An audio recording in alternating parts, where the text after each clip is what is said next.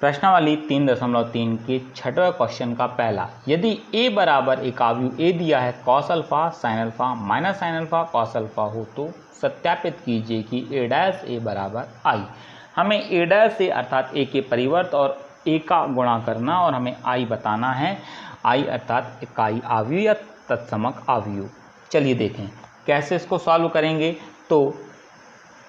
हमें क्या दिया है, हमें आव्यूह a दिया है, तो चूँकि a बराबर आव्यूह a है हमारे पास cos alpha sin alpha minus sin alpha और ये हो जाएगा हमारे पास cos अल्फ़ा। तब हमें a' की आवश्यकता है, तो a' बराबर हो जाएगा ये जो स्तंभ है cos अल्फ़ा, ये माइनस sin अल्फ़ा, इसको पंक्ति में, और दूसरा स्तंभ है sin अल्फ़ा cos अल्फ़ा, इसको दूसरी पंक्ति में हमने लिख दिया sin अल्फ़ा cos अल्फ़ा। ये हमें a' मिल गया। अब a और a' का गुणा किया जाएगा, तो a' इंटू a बराबर a' की वैल्यू हमारे पास है cos alpha minus sin alpha sin alpha और यहाँ है हमारा cos अल्फ़ा इंटू a की वैल्यू, तो a की वैल्यू हमारे पास है cos अल्फ़ा, ये हमारा sin अल्फ़ा, ये हमारे पास माइनस sin अल्फ़ा और यहाँ है हमारा cos अल्फ़ा। चलिए इनका हम गुणा करें तो ये हो जाएगा a' बराबर पंक्ति का स्तंभ से, तो इस पंक्ति का स्तंभ से cos का cos से करेंगे तो ये हो जाएगा हमारे पास cos square alpha plus minus का माइनस से गुणा करेंगे प्लस हो जाएगा, साइन का जब साइन से करेंगे तो हमारे पास हो जाएगा sin स्क्वायर अल्फ़ा। फिर फर्स्ट पंक्ति का दूसरे स्तंभ में, तो cos अल्फ़ा का sin अल्फ़ा से करेंगे तो ये हो जाएगा हमारे पास sin alpha cos alpha, sin alpha cos alpha plus और माइनस मिलके माइनस हो जाएगा, sin अल्फ़ा cos अल्फ़ा का गुणा करेंगे तो ये हो जाएगा sin अल्फ़ा cos अल्फ़ा। अब सेकंड रो का फर्स्ट कॉलम से, तो sin अल्फ़ा का जब cos अल्फ़ा से गुणा किया जाएगा तो ये हो जाएगा sin alpha into cos alpha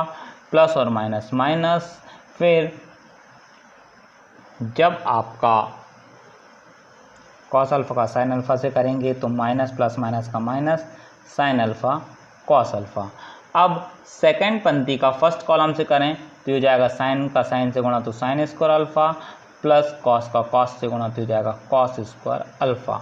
आगे इसको सॉल्व करें तो ये हो जाएगा हमारे पास a' इंटू a बराबर, यहाँ सर्व समीकरण लग जाएगी sin square alpha plus cos square alpha, ये हो जाएगा 1 sin square alpha sin alpha into cos alpha plus में और ये माइनस में कट जाएगा, ये 0 बचेगा, sin alpha cos alpha plus में sin alpha cos alpha minus में ये भी कट जाएगा अर्थात 0 बचेगा, sin square alpha plus cos square alpha ये हो जाएगा 1 और इसको हम लिख सकते हैं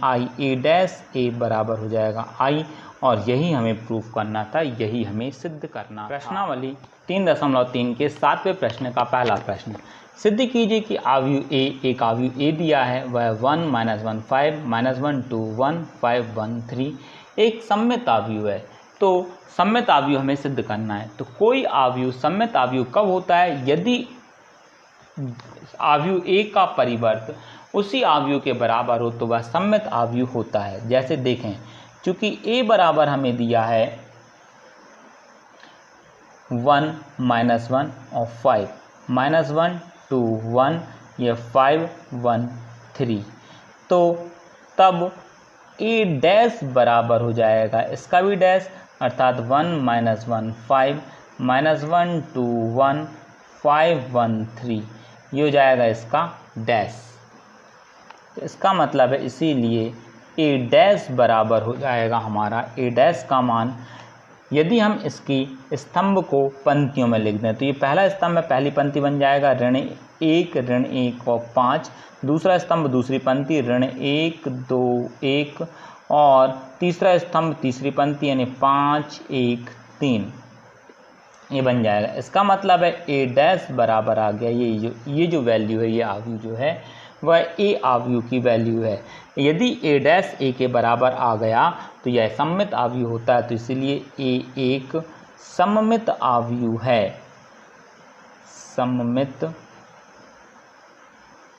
आव्यूह है। और यही हमसे पूछा गया था कि हमें सिद्ध करना था कि जो a है वह एक सममित आव्यूह है। प्रश्न नंबर 7 का दूसरा प्रश्न, सिद्ध कीजिए कि आव्यूह एक आव्यूह ए दिया गया है 0 1 -1 -1 0 1 1 -1 0 एक विषम सममित आव्यूह है। हमें ये बताना है कि ये जो आव्यूह है यह एक विषम सममित आव्यूह है। तो हमने जैसा कि अभी इसके पहले बताया था, सममित आव्यूह का मतलब होता है कि यदि ए और ए डैश आपस में बराबर आ जाएं तो ऐसा आव्यूह सममित आव्यूह कहलाता है। अब विषम सममित आव्यूह अर्थात आव्यूह ए का परिवर्त अर्थात ए डैश बराबर आ जाए -a के, तो यह विषम सममित आव्यूह कहलाता है। हमें बताना है कि आव्यूह ए विषम सममित है, तो देखें विषम सममित है या नहीं। तो ए बराबर दिया 0 -1 1 1 0 -1 -1 1 0, तब ए डैश बराबर हो जाएगा हमारा इसका डैश अर्थात 0 -1 1 1 0 1 -1 1 0 का डैश। इसीलिए या दिस एम्प्लाइज ए डैश बराबर हो जाएगा, यदि हम इसका डैश निकालें, जो पहला स्तंभ है इसको पंक्ति में कन्वर्ट कर दें 0 -1 1, दूसरा स्तंभ है उसको भी हम दूसरी पंक्ति में बदल दें, और तीसरा स्तंभ है उसको भी हमने बदल दिया तीसरी पंक्ति में।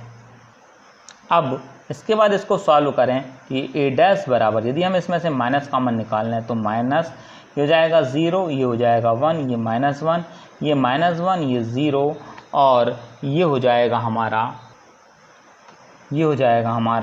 -1 माइनस कॉमन निकालना तो ये हो जाएगा हमारा 1, यहाँ से माइनस कॉमन निकाल लें तो यहाँ से बचेगा हमारा 1, ये हो जाएगा -1 और ये हो जाएगा 0, और ये जो वैल्यू आई है ए की है, देखिए ए है 0 -1 1 1 0 -1 -1 1 0, तो इसीलिए ए डैश बराबर हो जाएगा हमारा -a, तो इसीलिए ए एक विषम सममित आव्यूह है, विषम सममित आव्यूह है, और यही हमें बताने को कहा गया था कि जो ए है वह विषम सममित आव्यूह है या नहीं। प्रश्नावली 3.3 के 10वें का पहला प्रश्न, निम्नलिखित आव्यूह को एक सममित आव्यूह तथा एक विषम सममित आव्यूहों के योगफल के रूप में व्यक्त कीजिए। हमें नीचे एक आव्यूह दिया गया है, इस आव्यूह को हमें सममित और एक विषम सममित आव्यूह के योगफल के रूप में व्यक्त करना है। चलिए इसको कैसे करें देखें। इस आव्यूह को हम मान लेते हैं, माना ए बराबर आव्यूह ए हो गया आपका 3 5 1 ऋण 1, ये आव्यूह ए मान लिया, तथा इसको हमें आव्यूह ए ही को एक सममित और विषम सममित आव्यूह के योगफल के p + q के रूप में व्यक्त करना है, जहाँ p एक सममित आव्यूह हो गया और q एक विषम सममित आव्यूह हो गया। तो जहाँ p बराबर, p का मान हम देते हैं 1/2 गुणित a + a डैश, व q बराबर लेते हैं 1/2 a - a डैश, ये q का मान लिया, जहाँ p सममित आव्यूह है और q विषम सममित आव्यूह है। सबसे पहले तो हमें ये प्रूव करना होगा कि ये सममित और विषम सममित आव्यूह, तो सबसे पहले हमें p और q के मान निकालना होंगे। तो p को निकालने के लिए a + a डैश 1/2, तो इसको देखें तो चूँकि p बराबर 1/2 a का मान रखें, तो a का मान आ गया हमारा आव्यूह में 3 5 1 और ऋण 1 धन a डैश, अर्थात ये हो जाएगा हमारा 3 5 1 ऋण 1 का हो गया हमारा डैश। ये हमारा आव्यूह ए आ गया, p आ गया। इसको जब हम सॉल्व करेंगे तो हो जाएगा हमारा p बराबर 1/2,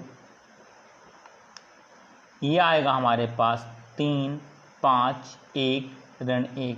धन, यदि हम इसका डैश करते हैं तो इस स्तंभ को हम पंक्ति में और सेकंड स्तंभ को सेकंड पंक्ति में कन्वर्ट कर दें।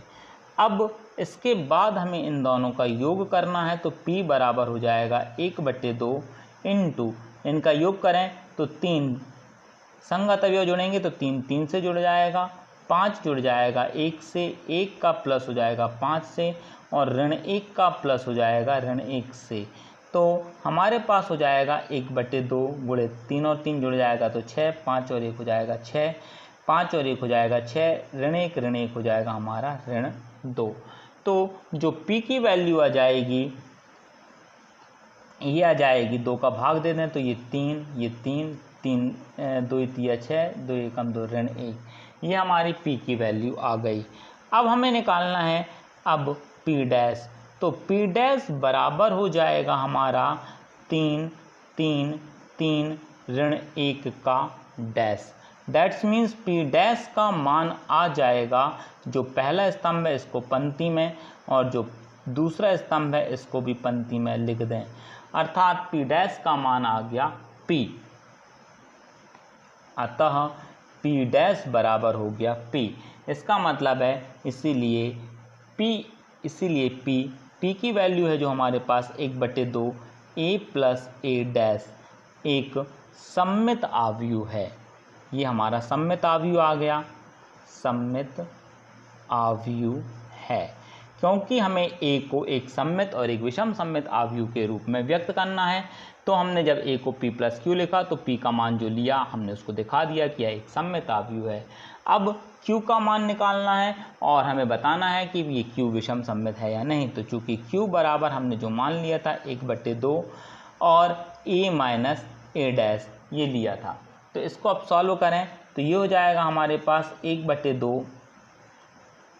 a की वैल्यू, तो a की वैल्यू है हमारे पास 3 5 1 ऋण 1 ऋण a डैश, इसका मतलब है 3 5 1 ऋण 1 का हो जाएगा हमारे पास डैश। तो ये हो जाएगा q बराबर 1/2 है ही हमारे पास, यहाँ हो जाएगा हमारा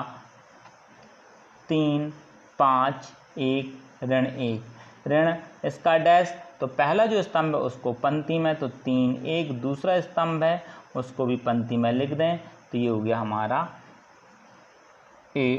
डैश। तो ये हो जाएगा हमारे पास 1/2 और इनको घटाएं तो 3 घट जाएगा 3 से और 5 घट जाएगा हमारा 1 से, 1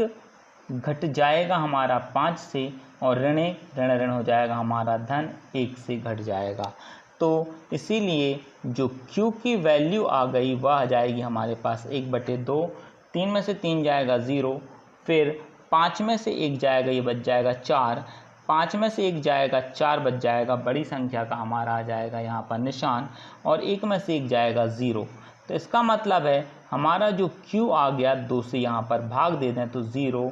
2 -2 और 0 आ गया। तो हम निकालें अब q डैश, इसीलिए q डैश बराबर हो जाएगा 0